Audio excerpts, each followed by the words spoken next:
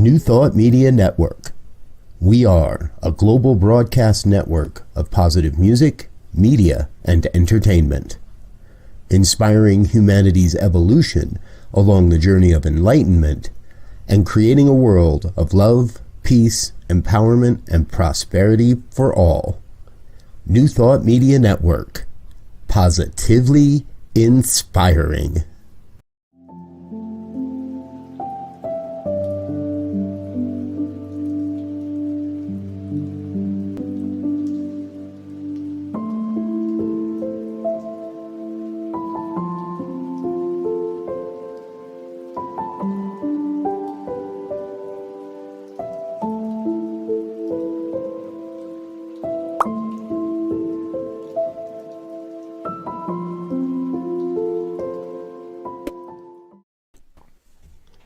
It's the live stream of the studio recordings.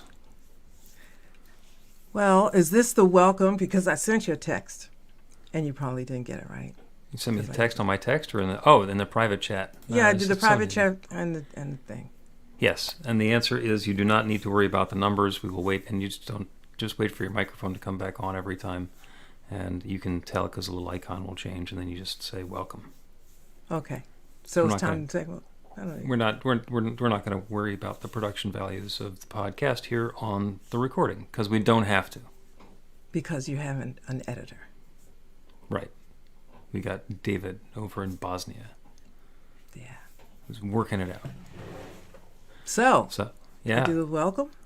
No. I wanted to because I had a question because I'm listening back to some of the podcasts, and what you'll do is you'll start with a topic, and then I get the impression that I sometimes go so far out on a sidetrack that we never cover the topic.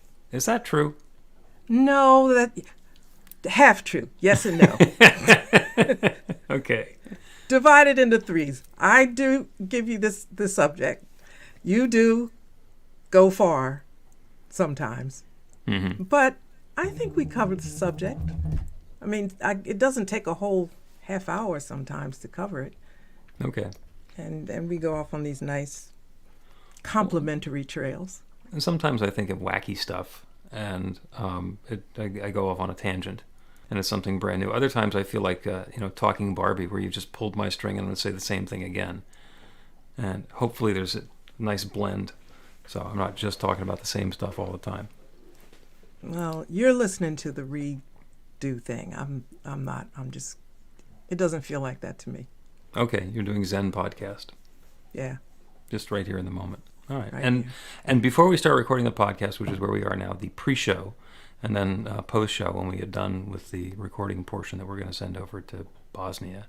But we welcome comments. Anybody wants to say stuff on the YouTubes or the Facebooks or whatever, then we'll see them and perhaps we will respond to them. Carol loves responding to them. I'm okay as taking those as like little bits of wood that we can throw on the fire or not. But let's go ahead and record. Now, and just so you recall, when we play the intro, when we get done at the end of the intro and the numbers come up, don't pay any attention to that. Mm-hmm. Just wait until you see your picture on the screen again. And then say welcome? Yeah. Okay. Welcome to the in that nice sultry radio voice that you have. Welcome to the Practical Prayer Podcast. Oh, I need to practice that one all the time. It used to get me interviews. When I was working out there in corporate, I got many interviews like that. Okay. Yep. All right, I'm going to press the intro button. A practical prayer is a prayer that works. These discussions between Reverend Bill Marchiony and Carol Lawrence dive into the details of how it works and how to work it. Reverend Bill is a New Thought minister and the author of Practical Prayer for Real Results. Your new life begins with a new thought. Carol Lawrence is on a spiritual quest, finding the New Thought teaching after decades on the pulpit in 3 different traditional denominations. I've got some questions. Together, they're exploring the philosophy and activities that come together from many of the world's religions to create the practical spirituality that is New Thought.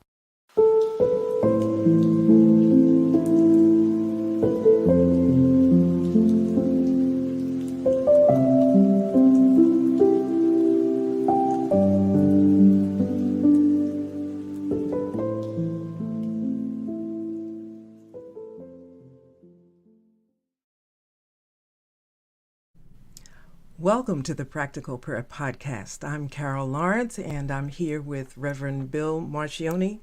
The side. Yeah, That's right it. here. Okay, yeah. Right here. Over here. Right next to me, or next to you. And are you pointing to which shoulder of yours the devil Yes, is on? like no. Because that's what you wanted to talk about today. Yes. I think that would be really helpful. And as we get started, you said I like to talk to people, and Fiona is here, and she made a really nice comment. So I'm gonna, if I don't get to say anything else, I'm gonna tell her that she said that she likes when we meander off the subject, and I just think that's so cool that you said that. So yeah, welcome to you. And everybody else, there are people that I can't see. And you told me about that last week. I had no idea that people were listening from every which way. I knew some, but so hi, everybody. We record this live on Mondays at 1 Eastern time. We're live streaming on Facebook and YouTube, and then we go and edit the whole podcast together and then post it in podcast land sometime later. So this is the live session is so exciting. With the smell of the grease paint and the roar of the crowd. And I do think this is a podcast that is mostly meandering off topic, and every once in a while we have a topic. But I do like the one for today, which is the devil. Yeah. So explain your question or inquiry. The devil is so stinking popular, like you don't really have to explain it. It's more difficult to explain the devil away, because I pastored, as you know, for 30 plus years, plus, and informal pulpit ministry, et cetera, before that. And the one entity, idea, or subject that kept coming up and just ruining stuff was the devil. And you know what? It even got to a place where you would try to give an intelligent argument against the devil, and people would hate you and be angry with you and say, wow, that's the biggest devil's tool to make you think that the devil doesn't exist. And so, and then you're like, so sometimes I would just feel slammed against the wall because I was so outnumbered with this energy forever about this devil. So I thought it might be a good thing to talk about it. Okay, well, I can certainly say some inflammatory things about the devil. By the way, not worried about burning in hell, not worried about the devil coming to get me or any of that stuff. And the reason for that is that New Thought is a unity teaching. It's a teaching of oneness. We believe that there is one infinite creative power that created everything. And we describe that as, take your scripture. In the beginning was the Word, and Word was God. Or in the beginning there was darkness and void, and God said, let there be, and then there was, and then there is. And that's the creative process. That is the Word being spoken into that creative law, which is then creating. Same story in science, in the Big Bang. In the beginning there was the singularity, just this one. And it started exploding and expanding and recreating and recombining and evolving. And everything that exists came from the one. That includes all of the energy, all of the matter, all of the intelligence, all of the possibility that exists everywhere. It has existed since the beginning of time. One set of physical laws that have always applied and always will. That's why we call them natural laws. They're principles. With that in mind, and it's actually easier to use the scripture one because it takes into account the notion of God or a causative energy. God said, let there be light. And where there was no light, now there's light. And let there be everything else that exists, and there is. And that's the creative law responding to that conscious intent. Where'd the devil come from? I have no idea. If it, in fact, is all one, and everything is God expressed in its own way, then if, in fact, there is a devil, it was created by God. Which means that it is subjective to that infinite creative power that creates everything. Just like everything else in creation, it's all part of that same natural universe. Now, is there actually an entity out there, another guy in red spandex with a tail and a fork that's causing trouble and fighting with God? Because fighting with God is not a winning proposition. there's no winning in that game because it's God. Now, if we think that the devil is trying to beat God and trying to undermine God and trying to find loopholes and circumvent and all the rest of those things, then yeah, there's the possibility that that's going on. Because we are always trying to figure stuff out and get around consequences and do what we want to do without being held accountable for it, and all those other things that when we get caught, we blame the devil. Okay, so now you rewind a bit. Okay. It's just my favorite thing to do with you. Just rewind. I covered a bunch of territory, so go back and pick up wherever you'd like. So the part where you said that when you asked the question, you said, if there is no devil, then who do I think created it? And I said, I have no idea. And, you know, in my mind, I mean, you said, well, then God. And I'm thinking, well, come on now. We humans created the concept of the devil. And I think we've just built this concept so incredibly huge and meticulously, by the way. Oh, very well, yes. You know, so that it's hard to not believe. I can understand how people don't believe. But I can't go down the road with this opposition thing, you know, like God and the devil are in opposition. Now, of course, there are scriptures that support that thought. But then it comes in the matter of interpretation of those scriptures. And in the traditional church, you don't get that other interpretation. You get a traditional interpretation that there's a God and there's devil, and you've got these scriptures to prove that they're at war with each other. But here's what was simple for me, even when I was little. If God is all powerful, then why do I have to worry about the devil, even if the devil exists? Like, I remember being a little kid, like, if God is all powerful, and I knew that big word, omnipotent, then why am I worried about the devil? And I couldn't get an answer. In one of the Native American traditions, there's a shaman who told the story about inside of him there are two dogs. There's an angry dog and there's a loving dog. And they are continuously battling for his attention and to be in control. And the follower says to him, well, which one wins? And he says, oh, whichever one I feed. Yeah. The same thing. I think the devil is an imaginary friend. You know, kids have an imaginary friend, you know. It's Josie, my imaginary friend. And suddenly there's a stain on the carpet. And, well, where did that come from? Oh, it's milk. Well, who spilled their milk? Josie. Okay, and you can blame the kid will blame their invisible friend as a way of skirting responsibility and not getting in trouble for there being milk spilled on the carpet. Mm-hmm. Well, in my opinion, the devil is a grown-up version of an invisible friend we can blame. Yes, absolutely. And here's what I'm thinking. Like, my kids will, whenever we're at a family gathering, they always talk about the sayings that I had when they were little. Mm-hmm. And one of them was, get a grip. Just get a grip on your little self. And and that stays with me forever. Like, if you think of the devil, get a grip on your mind and start thinking, how can this be? You know, when you compare all the facts, it just can't hold water. And I think that there is a preference to holding this devil as a real person, creating that reality, because then you have someone to blame. Yeah.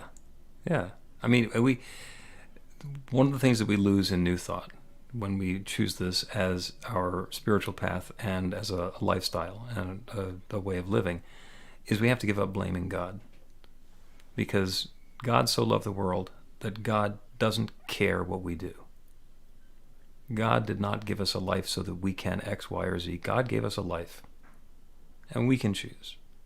And if somebody wants to blame an outside force for their misfortune or woe, or in the case of the devil, their misbehavior, then they get to put a lot of energy into ducking responsibility for whatever's going on.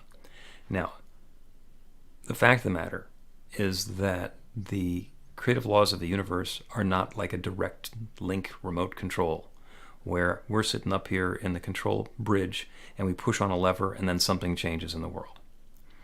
There is a linkage between our thoughts and beliefs and the creative power that is creating stuff in the world, and that is our subconscious. That is what's actually in our belief system. So when I say I want to be compassionate and loving and loyal, and there is a belief hidden in my subconscious somewhere that if I don't do it to somebody else first, they're going to do it to me, and I need to take what I can get when I can get it because that's all there's ever going to be, then I'll wind up cheating and having an affair and carrying on in an inappropriate way because of the greed that's hidden, perhaps out of sight, in my subconscious. Mm-hmm. But we can always tell what's in our subconscious. We look at our lives. That's a topographical map of what's in our belief system. So if I'm saying one thing and I'm getting something different, then there's a disconnect, and I get to look at the disconnect. And if I want to blame the devil for the disconnect, then I get to spend all of my time in blame rather than looking for what the actual issue is and being able to clear it out. Yes, this is something that happened to me in my childhood. This is something that my dad did to me, and I've been repeating that program ever since. Once we understand that that's what we're doing, we get to make a new choice. Oh, do I want to continue kicking the dog because Dad always kicked the dog when he was angry? Or do I want to do something different? And I get to choose. Hopefully, on behalf of the dog, I choose well. I choose love. And I don't kick my dog, by the way. But it makes absolutely perfect sense. But to do it, it takes a lot. Oh, yeah. It's my word, it takes a lot of work. But I think it also takes a lot of courage, too. Because when you're used to doing something a certain way or believing a certain way, and now you have to change, it's like, how am I going to navigate this change when I don't really know what comes along with it? Like you can have anything you want, but you have to take everything that goes along with it. And once you start to think about maybe that, you may not think about it consciously, but how am I going to live with this if there is no devil? Mm-hmm.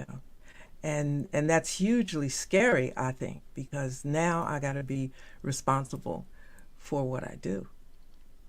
Yeah. Yeah, and there's an infinite creative power that is responding to us all the time. And when we say, I want this new experience, I want this change in my life, that infinite creative power says, are you willing to change to accommodate the change that you're seeking? Yes. And then it's up to us.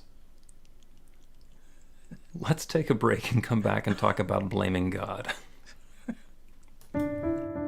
You can put practical prayer to work in your life, and Reverend Bill Marchiony can help. He is offering an online class that teaches you to create your own practical prayer in 5 weekly 1-hour sessions. The final hour brings your practical prayer together, anchored in live original music by a notable New Thought musician. Practical prayer is based on the most effective prayers found in religions and spiritual practices all over the world.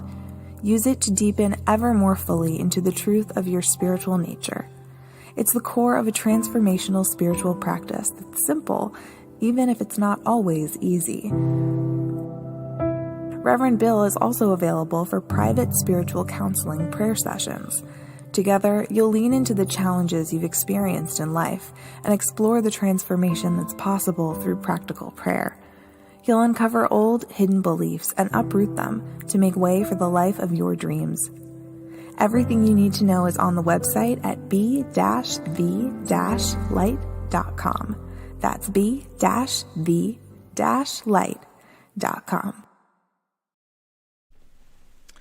Welcome back to the Practical Prayer Podcast. I'm Carol Lawrence, and I'm here with Reverend Dr. Bill Marchiony.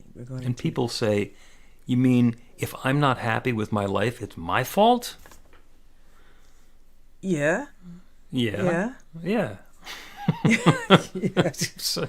And that's not to say that we are to blame for the way that our lives are going. That's to say that we're accountable. We have the authority to create any experience of life that we want, and if we create one that we're not enjoying, then we are accountable for having created it. And it is that same accountability that gives us the authority to create something different. That's where the freedom comes in. Because if somebody else were creating the experience of our life, if somebody else were deciding that I'm going to be happy or unhappy, then where am I in that relationship? Yeah. It's big, to just say, to take responsibility or to think that I have responsibility for my life is a huge thing, because it's easy to make decisions in the moment, as long as you have somebody in the background that you can blame. Mm-hmm. But if there's nobody but you, one time I was doing my meditation in the morning, and I was going through some statements, and it just hit me. You are in this by yourself. Like, you got this. And I know that, right? I know that intellectually. I've known that intellectually for a long time. But sometimes you hit these moments when it's a reality, And that was like a freeze. It wasn't a freeze frame moment. It was a freeze frame time, because probably somewhere in my subconscious, I was still thinking that if I word this just right, if I dot all the, I's, cross T's and all that God is going to make it happen. And I would have never said that that's what I thought. But in the sequence of this conversation I was having with myself, I came to this like, you're in this alone. You got this. You better you better take the next best step. And then I thought of, of course, Florence Scovel Shen, who says the next divine right step. And Scripture tells us steps of a good person. And I thought, okay, all right. Calm down, Lawrence. You got it. You're all right. You're all right. You know how this goes. This is just a moment of truth that hit me. And so when you say that you're going to be responsible for your own life in every way, that's big. Yeah. Well, and you're not alone. You are actually co-creating whatever's happening in your life with that infinite creative power that creates everything. And the freedom that we have to choose is like, imagine yourself with a knob, and it's a dimmer for the lights or a heat control. And you can turn the lights up and down. And if you turn it all the way down, then it's complete darkness, and you can't see a thing. And if you turn it way, way, way up, then it's going to be so bright that you can't even open your eyes, or maybe you're feeling like you're getting blinded even with your eyes closed. Mm-hmm. So it's an infinite creative power that will give us that amount of range, that can shut down everything around us to the point where we can't see a thing, or that it's so overwhelmingly bright that we can't deal with it. And to say, oh, well, I want all of the light that there is like, nah, there are places that are too bright for us. So what we want to do is be in that perfect place of balance. There are times when we want to be in the light. There are some times, like at sleep time, we want to be in the dark. And we are free to choose the way that we're going to be bringing those experiences together without somebody else necessarily controlling that for us in all the areas of our life, because that creative power is just saying yes. We say we want the light to be brighter, it says yes, and it gets brighter. If we inadvertently turn the light up too bright and then we can't keep our eyes open, we could blame the light. We could blame the knob. We could blame something's going on. But, take your hand off the switch. Yeah. But you know what? I think there's something behind that which you said. Nothing's going to happen unless you take a step. Now, some people call it a leap of faith or a faith step, whatever you want to call it. Yeah. And I have projects laid out in front of me. This is real life, right? I have a lot of stuff. And I've had to make decisions about it. Well, there's no magic that's going to happen. Nothing is moving until I say, this one. Mm-hmm. And that's an important thing to know, because it makes you think really clearly about what you want to see happen, because if this happens, then this will happen. Or you can't sit there and wait for the creator, because you use the term co-creator, which is, I love that term, but you got to make a step. Yeah. Well, if I wanted to publish another book. I know what the process was for the first book, for the Practical Prayer book. And I've been in the publishing industry, and I've been a writer long enough that I know what the process is for the next book. And I've got a couple of more that I'm thinking about. And it's possible that I don't have to do the page layout. In the last one, I didn't do the cover design. And I set up the printing, but I didn't actually have to run the printing press. So there's a certain piece of it that's going to be mine. And there's a certain piece of it that somebody else could do. Now, it is completely possible that a publishing company will come along and say, hey, Reverend Bill, we would love to have you write another book, and we're going to give you an advance, and all you need to do is this. And here's the ghostwriter who we'd like to have work with you, and here's the editor who's going to take care of all of this, and put all the pieces together. So all that stuff that I know how to do, that I could make an assumption I have to do the next time, the tricky, mundane parts might be taken care of by somebody else. Not because it's getting foisted off on them, but because as the divine expressions of God that they are, there are opportunities for them to step forward in their lives to bring more richness and good into the world. And it involves partnering with me. Mm-hmm. So I can let go of my assumption of how I'm going to do that. And then one of those projects that I thought was going to be 10 steps winds up being just one for me. Yeah. Yeah. But you you know I'm not getting off of this. You gotta Carol's sitting there thinking, how do I get that publisher guy to call me? Because I got 3 projects that could use that sort of support. I could. I'm not gonna. You are reading my mind. But yeah, but it's, I just think about my own journey in this, and specifically, I didn't notice it as much before New Thought. After New Thought, you say everything is simple, and people like to think of New Thought as sitting back and letting magic happen. To me, I got busy. Yeah. I got busy, and it's good busy. It's good busy, it's productive busy. But it's more of me in it than I can ever remember before. I was always doing, but now I know what has to be done, but it's me in it. Right. Saying, I got a good example, because a lot of people are familiar with weight loss.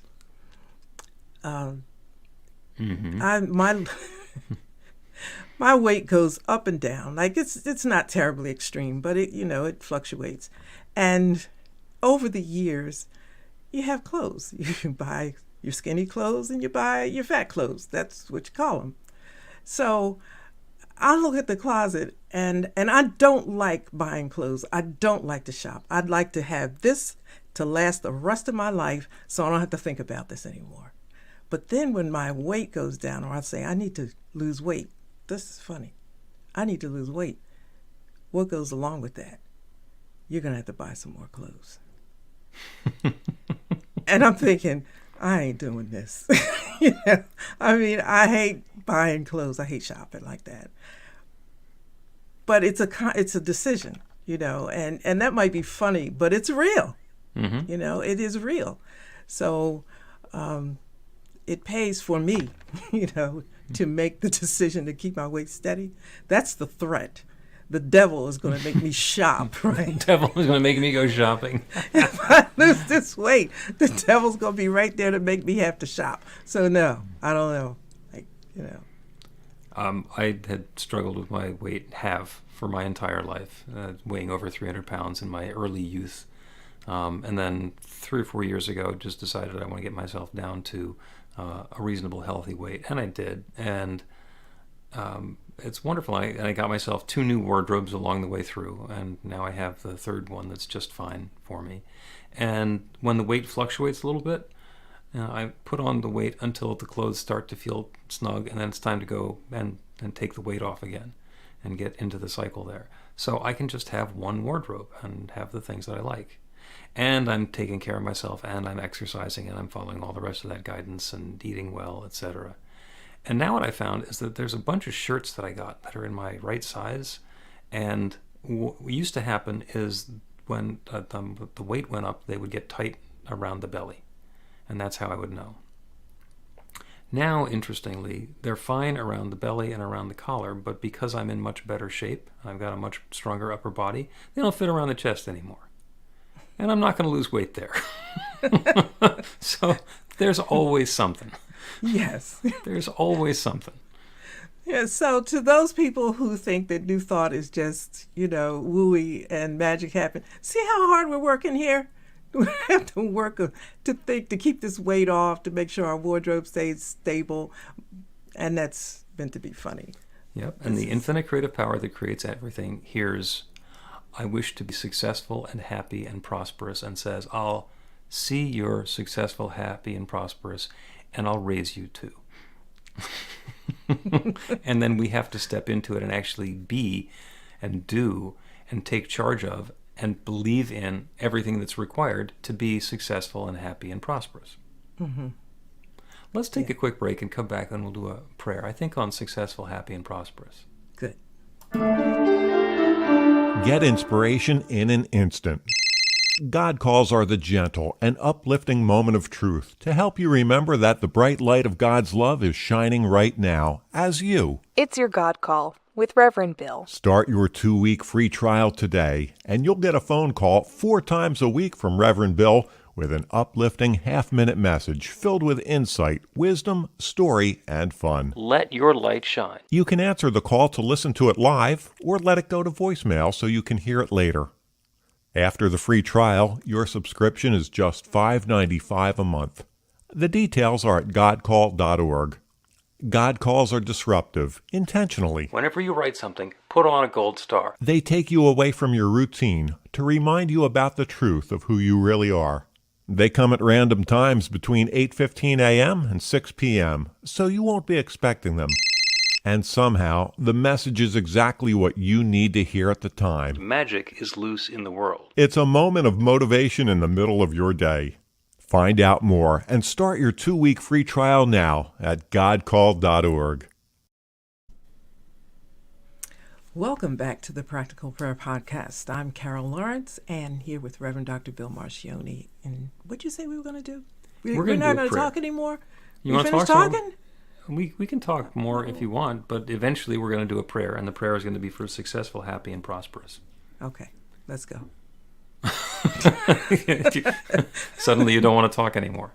No, I would love to talk, but I know this is, if we wear people out, they're not going to come back next week. There you go. So we're going to settle into our quiet time. This is like nap time. We're going to roll out our little piece of rug in the kindergarten class and take our afternoon siesta. This is a prayer for successful, happy, and prosperous.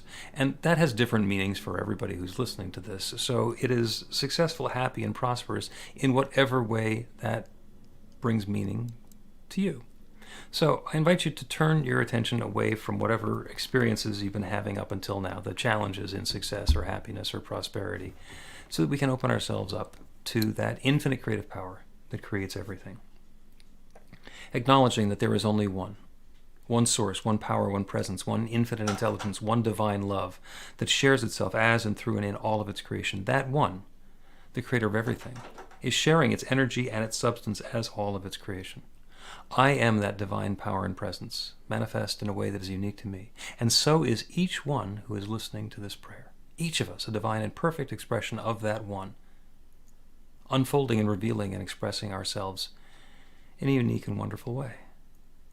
And because we are all that one, taking specific form, all of the good that is available anywhere is available everywhere and is available to each of us.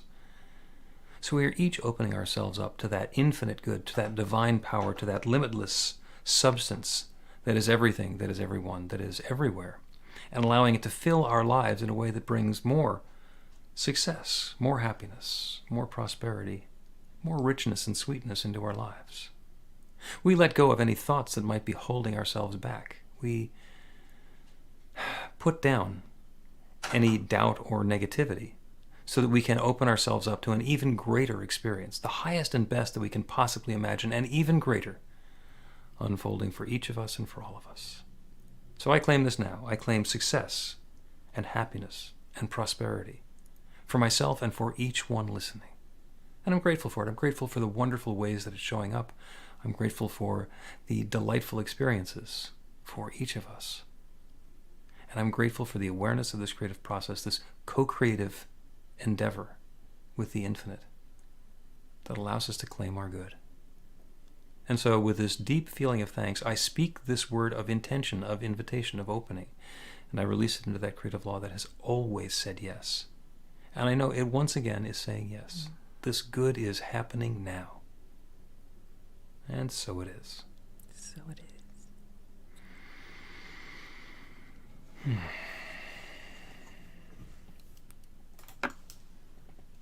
The Practical Prayer Podcast with Reverend Bill Marchiony and Carol Lawrence is a production of BeTheLight.com. be-the-light.com. Where you can find more information about practical prayer for real results. Our theme is by Music of Wisdom.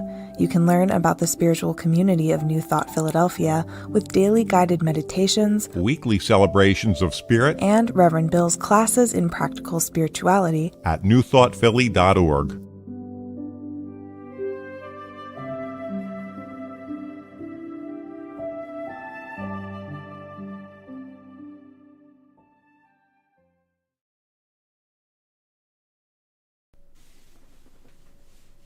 That was a fun prayer.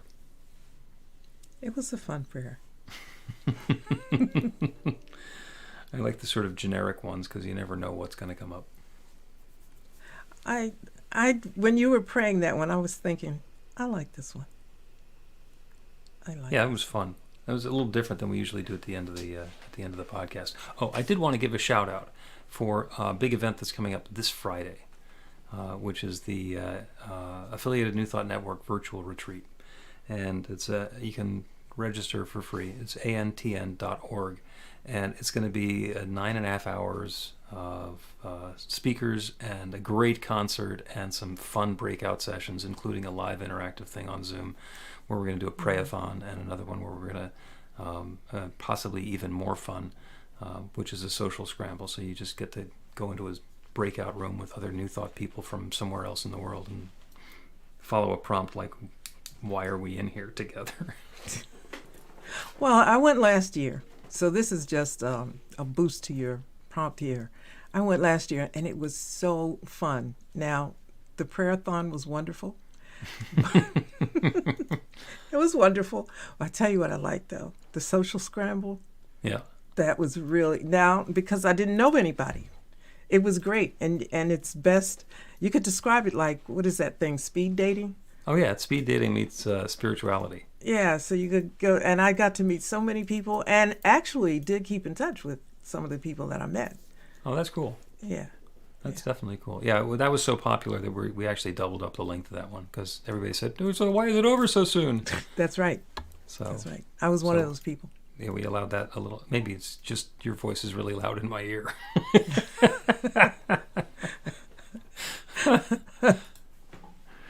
So yeah, antn.org is where the sign up for that is, and it's also a little bit of razzle dazzle technology to have 4 musicians in the same concert, including 2 of them that are playing together from different parts of the world, which I think will be fun. And and power talks for the keynotes. The midday keynote is going to be 3 15-minute power talks by just spectacular presenters. Each one of them would be great to do an hour. And because it's a virtual thing, they do 15 minutes. And so you get one after another. Boom, boom, boom. That's a lunchtime.